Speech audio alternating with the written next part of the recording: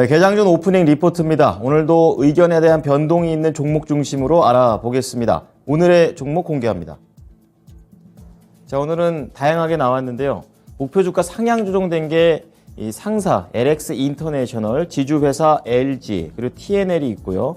하향 조정된 종목은 SK 하이닉스와 테크윙, 반도체 관련된 종목들이 이렇게 들어가 있습니다.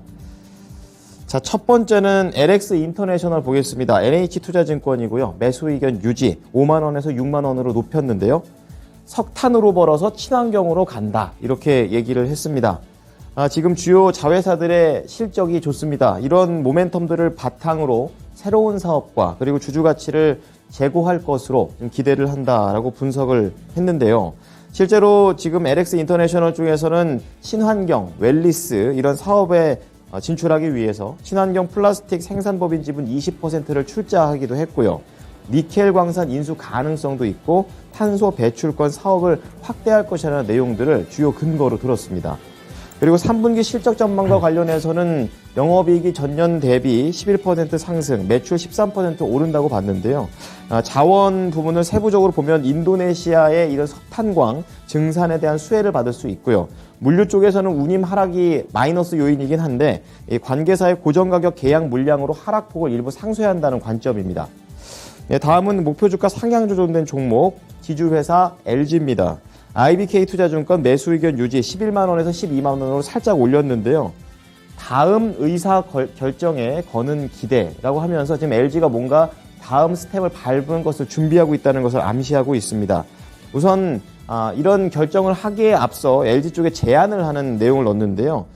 배당과 상표 사용료가 안정적이긴 한데 지주회사 입장에서 너무 임대 수익이 일정하기 때문에 주가를 끌어올리기 위해서는 여기에서 뭔가 변동을 줘야 된다라는 얘기를 하고 있고요.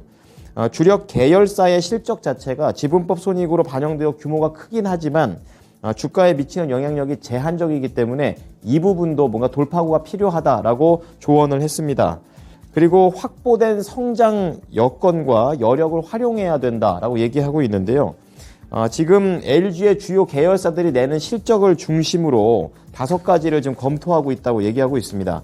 친환경 소재, 그리고 배터리 재활용, 그리고 전기차 전장 부품, 바이오 헬스케어, 인공지능 자율주행의 딥테크를 현재 지주회사 검토를 하고 있는데요. 이러한 신사업은 자회사들과 직간접적으로 영향이 있기 때문에 시너지를 충분히 낼 수 있다는 판단을 내면서 목표 주가 올렸습니다. TNL 보겠습니다. 신한금융투자이고요. 매수 의견 유지 5만 원에서 5만 4천 원 역시 소폭 올렸습니다. 파트너사 M&A로 확인된 진가 이렇게 얘기를 하고 있는데요. 파트너사는 미국의 글로벌 소비재 기업 처치앤드와이트입니다. 우리나라에서 알만한 상품이 옥시크린 만드는 그런 회사입니다. 이 회사가 최대 파트너사인 히어로를 우리나라 돈으로 8,800억 원의 인수를 결정했습니다. 이번 인수를 통해서 미국에 그치지 않고 전 세계적으로 유통망을 더 넓힐 수 있는 그런 좋은 기회가 될 것이다 라고 의견을 냈고요.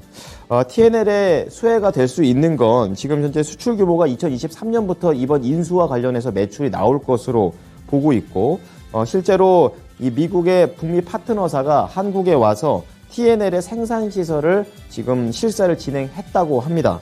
그래서 앞으로 인수효과에 따른 수요에 대응하기 위해서 연내에 추가 증설을 한다는 계획이고요. 생산 능력이 연간 700억 원 규모였었는데 1,400억까지 큰 폭으로 늘린다고 얘기했습니다. 자, 지금부터는 목표 주가 하향 조정된 종목들 체크해 보겠습니다. SK 하이닉스입니다. BNK 투자증권이고요. 매수 의견 유지 13만 5천 원에서 12만 8천 원으로 낮췄습니다. 제목은 너무 빠른 매출 감소, 이 부분을 우려를 했는데요. 우선 3분기 영업이익과 관련해서 하향 조정했습니다. 3분기 제품별 재고 지표가 다 낮춰졌기 때문인데요. D램 쪽에서는 전분기 3% 성장해서 마이너스 12%로 낮췄고요. 낸드 플래시도 전분기 대비 10%에서 마이너스 14%로 낮췄습니다. 이 영향 때문에 영업이익이 3조 4,900억 원이었었는데 1조 8,400억 원으로 낮췄습니다. 그리고 아직까지 최종 이 수요가 개선되는 징후가 포착되지 않고 있다, 이렇게 얘기를 하면서 연말까지 이러한 재고가 늘어날 것이라고 우려를 표명했고요. 그래서 2023년 내년 1분기까지 분기 실적이 더 내려갈 수 있다고 경고했습니다. 그 연말 이후에 감산 가능성까지도 있다고 얘기하고 있습니다. 지금 5월 고점 대비 2개월 만에 글로벌 메모리 시장 규모가 50% 정도 급감한 그런 상황이고요. 지난 2008년 금융위기 때보다도 2배 이상 빠른 속도로 위축되고 있다는 점을 걱정하고 있습니다. 연말 이후에 감산 가능성에서 언급을 하고 있는데 이 가격 급락에 따른 수요 탄력 회복과 DDR5 수요 교체로 수요가 있기 때문에 내년 2분기부터는 수급 개선이 될 수 있다라고 예상했습니다. 하지만 이제 올해 예상 주당 순이익을 29% 하향 조정하게 되면서 목표 주가를 낮췄습니다. 마지막 테크윙입니다. DB금융투자 매수 의견 유지 25,000원에서 만원으로 많이 내렸습니다. 제목은 실적은 참 괜찮은데 아쉬움이 묻는 제목인데요. 우선 3분기 실적과 관련해서는 좋게 봅니다. 영업이익이 전년 대비 48%, 매출 20% 성장이라서 이러한 최근 성장세가 계속 이어간다라는 관점이고요.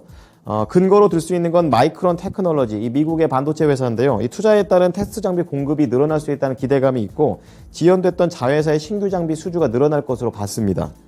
그리고 우려가 과하다라는 두 번째 제목을 정했는데요. 올해 연간 실적이 사상 최대 실적을 기록할 것으로 보고 있습니다. 대표적으로 메모리 핸들러 공급이 정상화되고 신규 고객사에 대한 장비 공급, 거기에다가 비메모리 쪽에서도 추가적인 장비 매출이 늘어나는 추세이고요. DDR5에 대한 시장 개화에 대한 직접적인 수혜를 받을 수 있다는 내용을 얘기했습니다.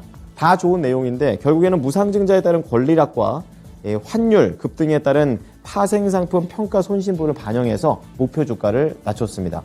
지금까지 오프닝 리포트였습니다.